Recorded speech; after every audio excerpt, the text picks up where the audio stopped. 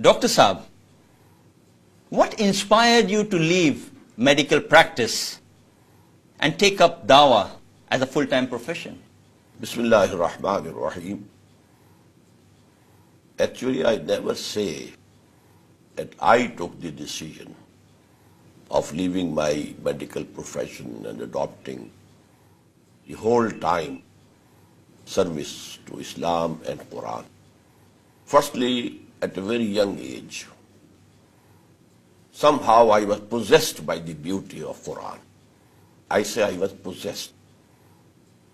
So I started learning Quran and then sharing with others whatever I learned as a student of medical college in the very early years, first and second years of my education. In the third year of that MBBS course, I had decided consciously that the profession now will remain secondary with me, and my first duty is towards Allah and His Deen and His book. So I became an activist, and I am of the habit that whatever I adopt fully, not partially. So I became Nazim-e-Ala of Islamic Jamiyat Ulema Pakistan at a time when both West and East Pakistan were together.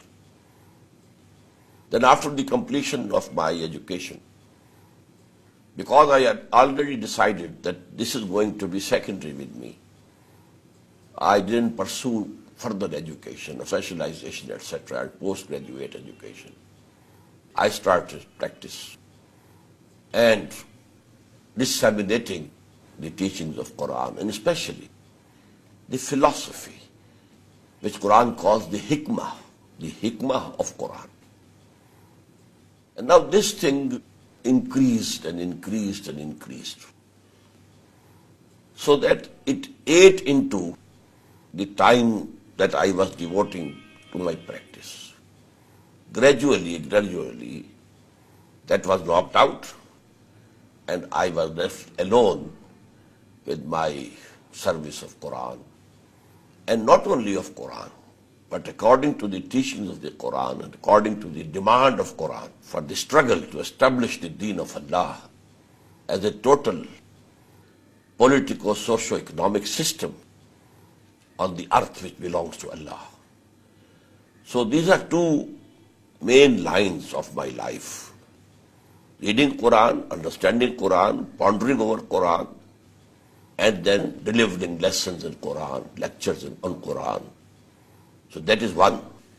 And the other is to organize a disciplined party of committed people who devote their lives for an Islamic revolution. You have correctly used the word revolutionary concept of deen. So these are the two parallel lines in my life. The third one, that is the medical practice, was knocked out. It is now 34 years that it had gone out of my life. What do you think are the real prerequisites for a profitable and wiser study of the Quran, and where would it lead our ummah? Actually, for understanding Quran, one has to learn Arabic. Not to be a very learned person in Arabic language, but that much Arabic which will enable him to read Quran with his own eyes without the help of any translator or interpreter. So this is the first prerequisite. Then there should be a real desire. I want to understand the word of God, and a sincere decision that I will follow Quran. I will study Quran objectively, not subjectively, not forcing upon it any preconceived ideas that I have, but to follow Quran actually. Learning Quran in this way is on one side of the process. Then you should be aware of the contemporary thought and the currents of thought that are there in the world today, especially the social sciences, philosophy, psychology, ethics, then the sociology, and economics and political science and so on, so that the two can be joined together, so that we can preach the word of God and convey the message of God and the wisdom of Quran to the educated elite of our time. Dr. Saab, if we analyze the modern system around us tends to be more self-centered and optional, whereas the Islamic system is God-centered and obligatory. Which one is better and how? Modern man has become self-centered in the sense that he has become a slave to his animal instincts. And number two, he has concentrated his attention on the world, the material world, the world of matter. While Quran, the word of God, wants us to be self-centered, but the self, the higher self, the ego, the khudi, the ana, just as the Upanishads, one verse of the Upanishads translated into English is, man in his ignorance identifies himself with the material sheaths which encompass his real self. So this is the ignorance of man, that he thinks that this is myself, this body and its needs and its pleasures. And he just forgets that his real self is within that. This is actually what the Quran has said. وَلَا تَكُونُوا كَالَّذِينَ نَسُوا اللَّهَ فَأَنْسَاهُمْ أَنفُسَهُمْ أُولَٰئِكَ هُمُ الْفَاسِقُونَ. Don't become like those who forgot Allah. So Allah made them forgetful of their own selves. Now the self here doesn't mean body and its requirements. Nobody is oblivious of his body and his requirements. But the inner self, the khudi, which according to the Quran is the ruh, and the spirit has a direct contact with God. It has come from God and it will return to God. Inna lillahi wa inna ilayhi raji'un. The next point we would like to have our viewers understand is, today worldwide, Muslims are being manipulated and subjugated by the anti-Islamic forces. The question which arises in a regular layman's mind is it a test from Allah or is it a punishment from Allah? And those who are under such manipulation or subjugation, what can other Muslim brothers do to help them? Actually, I somewhat differ from what you have said. This subjugation of the Muslims is about 300, 400 years long. When Islam and Muslims were washed away from the Iberian Peninsula, Spain, from then started the colonial flood coming to the whole Muslim world. So actually subjugation is a long process. Subjugation of the Muslims. At that time they were not against Islam. Islam as a religion, they never objected to it. And even today, they don't oppose Islam as a religion. Three things go to make religion: some beliefs, some dogma, we call aqidah, then some modes of worship, some rituals and rites, social customs. So these three things go to make religion. And the West was never against this part of Islam. And still today it is not against this part of Islam. And when they say, especially when Bush says that we are not against Islam, we are not waging a war against Islam, they are true, because they are not against this concept of Islam. They are ready to embrace it. They can say, and say it truthfully, that you Muslims came over to America, United States. You purchased churches and synagogues, converted them into mosques. Did we object to it? You are saying prayers here, fasting. Have we ever objected? Rather, we invite you to a star party during Ramadan to the White House. And we issue commemorative stamps on your festivals of Eid al-Adha and Eid al-Fitr. So this Islam is not objected to. But the Islam as a political, socio-economic system, in addition to being a religion, it's a system of life, comprising all the three aspects of collective life of human beings: the political, the social, the economic. Now this they cannot tolerate. They are against it. And they want to crush the urge among the Muslims today, which is quite prevalent, that they want to establish their own system. They have their own political system, they have their own economic system. Interest has to be abolished totally, and gambling has to be abolished totally, and sovereignty belongs to God and not to people, and there can be made no legislation which is repugnant to the book of God and the practice of His messenger. And we have a social system of ours where there is segregation of sexes, no intermixing, no free intermixing. Then we have the rules of covering the body, and etc., etc., etc. So we should establish our own system. And this is what the West thinks is the biggest challenge to it. And they can't tolerate it. Dr. Saab, in this concept of this politico-social and economic systems you speak, could you explain to us communism and capitalism in perspectives, their claims, their reality, and the ill effects on our society? And we as Muslims, how can we overcome them? Capitalism in itself is not wrong. What we call sarmaya kari, to invest your capital in business, industry, is something which is required so that it comes into circulation and it becomes beneficial for the society. But compounded with the interest in gambling and speculation, etc., etc., it becomes a monster. It divides the society between the haves and the have-nots. A gap, big gap. So actually that is the evil part of it.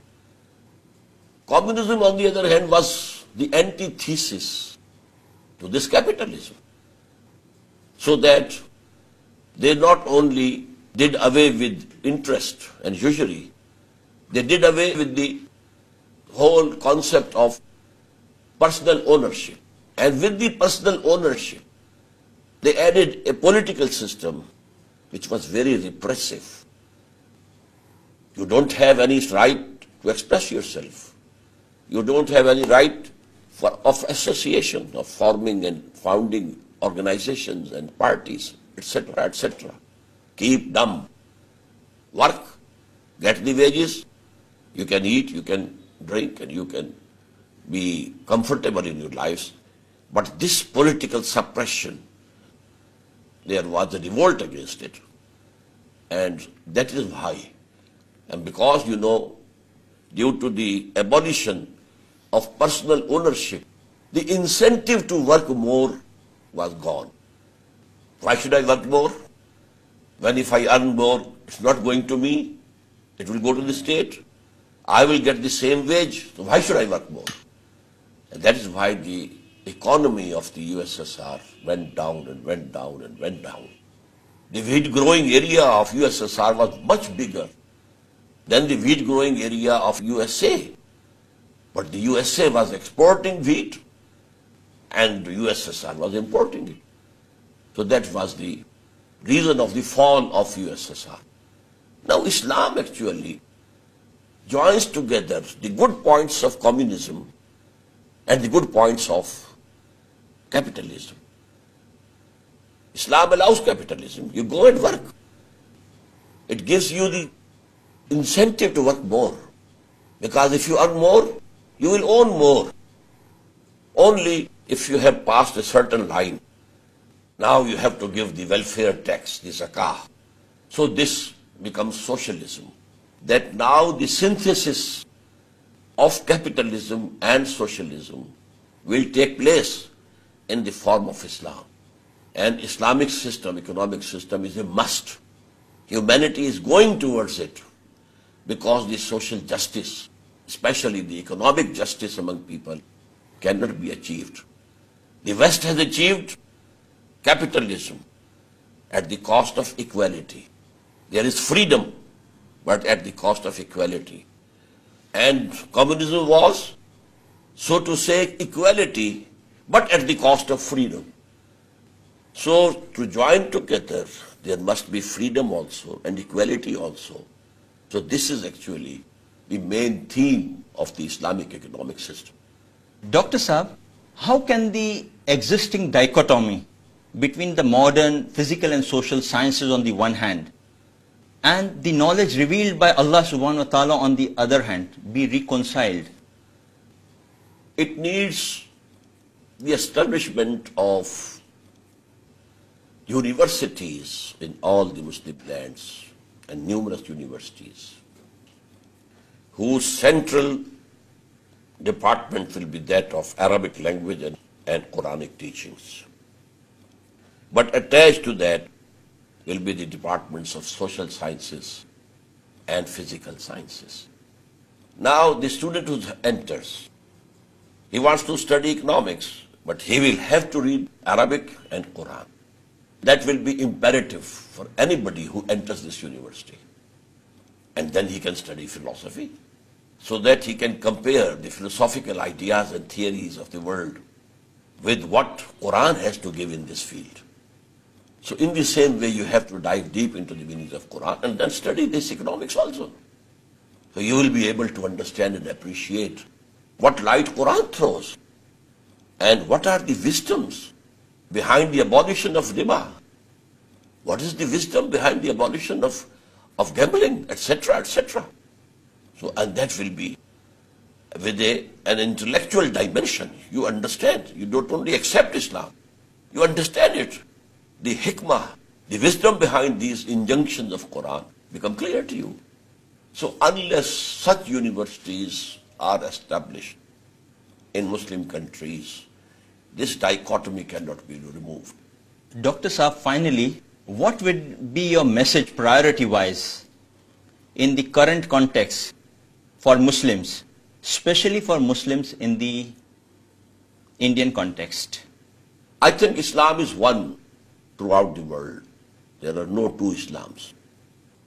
Islam of India and Islam of Pakistan and Islam of Turkey and Islam of Bangladesh. No. Islam is one. So the same two lines which I have adopted. There is a hadith which says the Prophet has been reported to have said, لا يؤمن أحدكم حتى يحب لأخيه ما يحب لنفسه. Nobody amongst you can be a true believer, true mu'min, unless he likes for his brother the same thing which he likes for himself. So whatever I have chosen for myself, actually I suggest and propose to every other Muslim. These two things should go side by side. Teaching and propagating the word of God and the message, and not only message, the wisdom of Quran, the hikmah. يُعَلِّمُهُمُ الْكِتَابَ وَالْحِكْمَةِ. The Prophet taught them not only the book, but also the wisdom. So, on the one side, this process should go on. On the other side, to organize a party, a revolutionary party, to establish the system of social justice that has been given by God. Because the system given by Allah, the creator of all, only that system can be just. Otherwise, the human beings, if they devise a system, it has to be biased. If a woman is thinking she knows her feelings and her psychology, but she cannot appreciate the feelings of the men and their psychology, so they will devise some system which is pro-women, and men will devise a system which is pro-men. They can't find, the point of justice between the two. Only God, who has created the males and females both, He can give the system which is just for men as well as women. There are the employers, the capitalists, the owners of the mills and factories, and there is labor. What should be the division of the profits? How much should go to the laborers? How much to go to the capitalists? Who will decide it? Capitalist will always think for himself, and the laborer has to think about himself. So Allah, for whom, as the hadith goes to say, Al-Khalq wa Ayalullah, all creatures are like a family to God, to Allah. So only He can devise what should be the balance between the capital and the labor. How to share the profits. In the same way, people who are at the helm of affairs, who are ruling, they want more and more power, more and more power, more and more power, so that it leads to maybe a totalitarian state or a semi-totalitarian state. And people want freedom and freedom and freedom and freedom. So what should be the balance? This can be given by God only. So to establish the system of social justice given by Allah through His last messenger and Prophet Muhammad sallallahu alaihi wasallam is the best for the whole of mankind. So, to do good to the human, race as a whole, we have to establish that system in at least some one sizable country to be able to show to the world that these are the benefits of this system. Come and see with your own eyes. To strive for these two objectives is imperative on every Muslim, whether every Mu'min at least, if not Muslim, a true believer, whether he is living in India or Pakistan. Jazakallah khair, Dr. Israr Ahmad Saab, for sharing your insight and wisdom on Islam in the current context with our viewers. Assalamu alaikum wa rahmatullahi wa barakatuh. Wa alaikum assalam wa rahmatullah.